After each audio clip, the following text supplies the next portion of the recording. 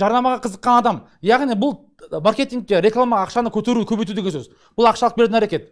Үшіншісі, сайтқа кірген адамдардың санын көтеру, яғни бұл конверсия.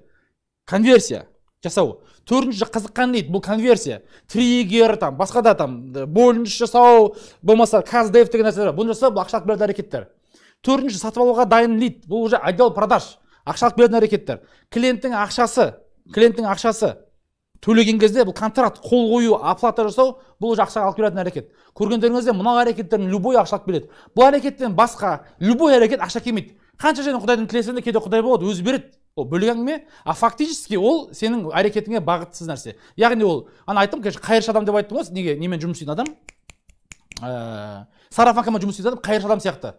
Қайыршылар болады, отырады, и бүгін қанша түсетінін білмейді, ол бағытты демейді. Бүгін 20 мың теңге табам, бүгін 50 мың теңге табам деп айтамайды. Потому что оған погода әсер етеді, может мешіттің алдынан сұраса көбірек алуы мүмкін, базарда азырақ болады. Ол қайыршы, на то и қайыршы. Ол не береді, соны алады.